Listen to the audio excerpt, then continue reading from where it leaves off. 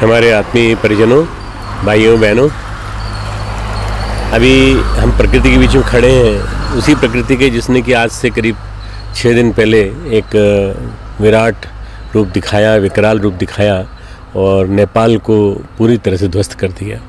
आप देख रहे हैं कि नेपाल में कितनी ट्रेजेडी हुई है, कितना ज़्यादा लोग मरे हैं, कितना ज़्यादा वहाँ ध्वंस हुआ है, कितना ऐतिहासिक इमारतों को क्षति पहुँची है। ऐसे में बड़े भाई के रूप में भारत आगे आया है। भारत ने पूरी मदद भेजी है। हमारे प्रधानमंत्री जी ने अपनी ओर से पूरा जितना भी कुछ हो सकता था वो झोंक दिया है।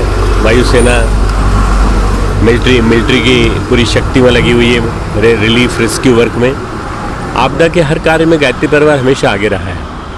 हम लोग भी जा रहे हैं नेपाल और हमारे ऑलरेडी 10,000 से ज़्यादा कार्यकर्ता वहाँ काम में लगे हुए हैं।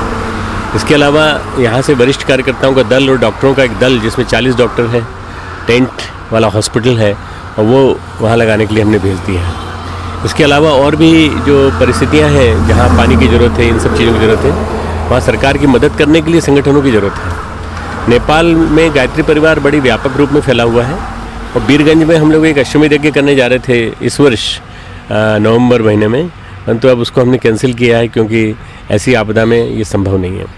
नेपाल भारत का पड़ोसी देश है, सार्क का एक हिस्सा है और दूसरी बात यह है कि नेपाल पहला हिंदू देश है, एकमात्र हिंदू देश है आज, जहाँ पर कि आवश्यकता है कि मदद के लिए सारे राष्ट्र, सारे देश एक साथ आगे आएँ। विशेष रूप से भारत को आगे आना चाहिए। हमारे अलावा आरएसएस की संस्थाओं ने करीब 40,000 से ज़्यादा वॉलंटियर भेजे हैं। हमारा भी उद्देश्य है कि रिलीफ रेस्क्यू का इमीडिएटली वर्क ख़त्म हो जाने के बाद रिहेबिलिटेशन का जो काम चालू होगा उसमें हम लोग लगेंगे और हम लोग अपनी ओर से पूरी मदद करेंगे। ये एक बहुत जाइगेंटिक काम है। 2 साल पहले केदारनाथ की ट्रेजेडी आई थी, इसको आप देख चुके हैं। पानी कैसे कहर ढा सकता है और एक भूकंप कैसे कहर ढा सकता है, उससे आपने पता लगा लिया होगा कि एक ऐतिहासिक शहर काठमांडू कितना बुरी तरह से डैमेज हो गया है, कितना बुरी तरह से डिवेस्टेड हो गया है कि वहाँ की ऐतिहासिक इमारतें भी गिर गई हैं। और सुखद बात यह है कि वहाँ का पशुपतिनाथ मंदिर अभी वहाँ की सुरक्षा करते हुए यथावत इंटैक्ट खड़ा है। ये बताता है कि भगवान हमारे साथ हैं, भगवान हमारी मदद करेंगे। प्रकृति अपना काम करेगी, भगवान अपनी मदद करेंगे और हम लोग सब मिलजुल करके साथ देंगे तो हम इनको, हमारे नेपाल वासियों को इस दुखद क्षणों से हम निकाल लेंगे। 1-1.5 महीने के अंदर, 2 महीने के अंदर पूरा का पूरा काम वापस हो जाएगा। करीब 50,000 से लेकर 1 लाख कार्यकर्ता हमारे नेपाल में हैं इस समय, जो वहाँ नेपाल वासी परिजन हैं। मधेशी जो बेल्ट, बीच का बेल्ट है, उसमें ज़्यादा हैं, 2.5-3 लाख हैं। तो मैं सोचता हूँ कि हम लोग यदि सब लोग मिलजुल करके मदद करेंगे। उत्तर प्रदेश, बिहार जो लगा हुआ एडजॉइनिंग बेल्ट है, वहाँ भी बहुत सारे भूकंप के झटके महसूस हुए हैं। आज भी भूकंप के झटके महसूस हो रहे हैं नेपाल में। इन सब को बचाने के लिए और विचार क्रांति की अपनी लहर को व्यापक बनाने के लिए हम लोग ऐसा प्लान कर रहे हैं, ऐसा विचार कर रहे हैं कि हम पूरी ताकत झोंकने और पूरी शक्ति उसमें लगा दें। इसीलिए हमने अपना कार्यक्रम जो 17 मई को होने जा रहा था दिल्ली में, भारतीय संस्कृति ज्ञान परीक्षा का एक भारत व्यापी नहीं, भारत नेपाल व्यापी अंतर्राष्ट्रीय स्तर कार्यक्रम कर रहे थे जवाहरलाल नेहरू स्टेडियम, उसको कैंसिल किया और पूरी शक्ति हम लोग अपने कार्यकर्ताओं की उसमें लगा रहे हैं। उसी से एडजॉइनिंग पिथौरागढ़ डिस्ट्रिक्ट में हमारा मंदिर भी है। भगवान कृपा है कि वहाँ कोई नुकसान नहीं पहुँचा है, यथावत है। आज हम अपने दल के साथ पूरी चीज़ों का मुआयना करने के लिए जा रहे हैं नेपाल और हमारे साथ पीछे और भी दल आ रहे हैं जो कि मदद लेके आएंगे और वहाँ हम लोग मदद करेंगे। हम आर्थिक दृष्टि से क्या मदद कर सकते हैं इतने बड़े काम में? कुछ नहीं कर सकते तो अपनी एक समय का भोजन रोक लीजिए, सप्ताह में 1 समय, और जो बचता है वो आप हमें शांति कुंज भेज दीजिए। वेद माता गायत्री ट्रस्ट की जो आपदा प्रबंधन राहत राशि वाला जो काम है उसमें आपका दान जमा होगा। ज़्यादा देने की इच्छा हो तो ज़्यादा दीजिए। विदेश से आप भेज सकते हो, विदेश से भेजिए, पर जितना आप भेजेंगे वो पूरा के पूरा ईमानदारी से उस काम में लगेगा। क्योंकि अकाल हो, कहीं बाढ़ हो, चाहे वो केदारनाथ की आपदा हो और चाहे वो हिमालय की और तकलीफ़ें हों, गंगा की बाढ़ हो, जगह जगह लक्सर से लेके जहाँ तक हुई है वहाँ हमेशा गायत्री परिवार खड़ा हुआ है। हमारा जो एनडीआरएफ से जुड़ा हुआ आपदा प्रबंधन राहत मंडल है, जो दल है हमारा, वो ऑलरेडी वहाँ पर काम कर रहा है और वो वहाँ पर पहुँच गया है। जिस दिन भूकंप आया उसके अगले दिन ही पहुँच गया हमारा दल। तो इस तरह से शुरू का प्रारंभिक काम चालू है। कई संगठन काम कर रहे हैं, हम सब संगठनों के साथ मिलजुल के काम करेंगे और इन सब वहाँ के लोगों को राहत देंगे, उन लोगों को मदद करेंगे जो भी कुछ मदद कर सकते हैं। राहत के 3 भाग होते हैं। इमीडिएट रेस्क्यू, तुरंत बचाना उनको, जो रबल है जिसको कहा जाता है कि मलबा जो मकान का गिरा है, उस रबल में कई लोग फंसे होंगे, उनको निकालना।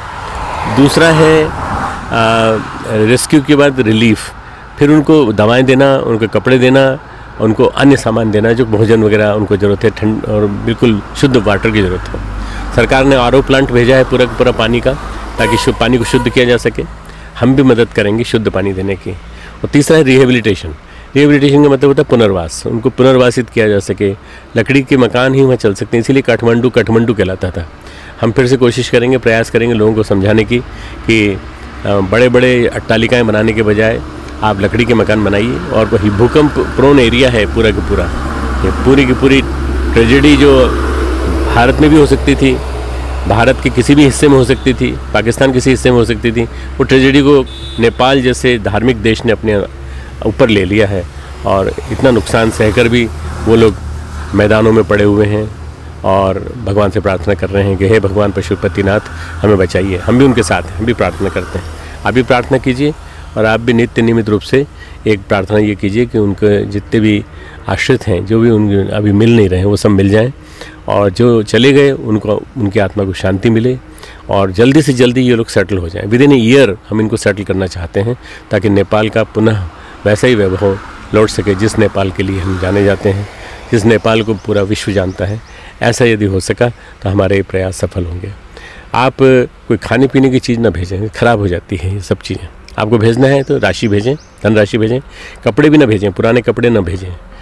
वो बड़े गैरतमंद आदमी हैं, स्वाभिमानी आदमी हैं, और स्वाभिमानी आदमी जो है पुराने उतरे हुए कपड़े नहीं स्वीकार करता। इमीडिएटली हम लोग निकाल के दे देते हैं। जो हमारे कचरा है वो आप मत निकालिए। बिस्किट के पैकेट निकाल के दे देते हैं, वो मत निकालिए। आप तो राशि भेजिए, राशि के माध्यम से हम सारा सामान वो खरीदेंगे जो उनकी ज़रूरत है, जिनकी उन्हें ज़रूरत है, और उस राशि के माध्यम से आपको 80G के अंतर्गत राहत मिलेगी। और हम कोशिश करेंगे कि विशेष राहत फंड के माध्यम से 100% राहत मिलने की हम लोग प्रयास करेंगे। बहुत सारे पेपर्स ने, बहुत सारे संगठनों ने राहत कार्य के लिए अपनी धन कलेक्शन चालू कर दिया। आप जिसको देना चाहते हैं दें, परंतु गायत्री परिवार की ऑथेंटिसिटी पे विश्वास करके, प्रामाणिकता पे विश्वास करके, हमारी फोर्स पे विश्वास करके, हमारे 10 लाख वॉलंटियर हैं पूरे देश में, जो कभी भी कहीं भी जा सकते हैं और मदद कर सकते हैं। आप आइए, मदद कीजिए, हाथ बढ़ाइए और देखिए हम कितनी जल्दी इस आफत से मुक्ति पाते हैं। नेपाल हमारा पड़ोसी है, हमारा अपना देश है, एकमात्र हिंदू देश है। ऐसे एकमात्र हिंदू देश को बचाना हम सब का कर्तव्य है, हम सब हिंदुओं का भी और हम सब भारतीय वासियों का, जो विभिन्न धाराओं से जुड़े हुए हैं, विभिन्न धर्म के संप्रदायों के जुड़े हुए हैं, सबकी ज़रूरत है। हम सब मिलकर के काम करेंगे तो बहुत काम होगा। वेद माता गायत्री ट्रस्ट, शांति कुंज हरिद्वार के नाम आप अपनी राशि भेज सकते हैं। इसी टीवी बाइट के नीचे स्क्रॉल आ रहा है, स्क्रॉल में आपके नीचे नंबर आ रहा है, जिसके नाते आप ऑनलाइन ट्रांसफ़र कर सकते हैं, ऑनलाइन पैसा भेज सकते हैं। आपको रसीद भी मिलेगी और उस पैसे का आपको हिसाब भी मिलेगा कि कहाँ क्या नियोजित हुआ। बहुत बहुत मंगल कामनाएं, और आप भी सब प्रार्थना करें कि जल्दी से जल्दी नेपाल अपने रास्ते पर लौट सके।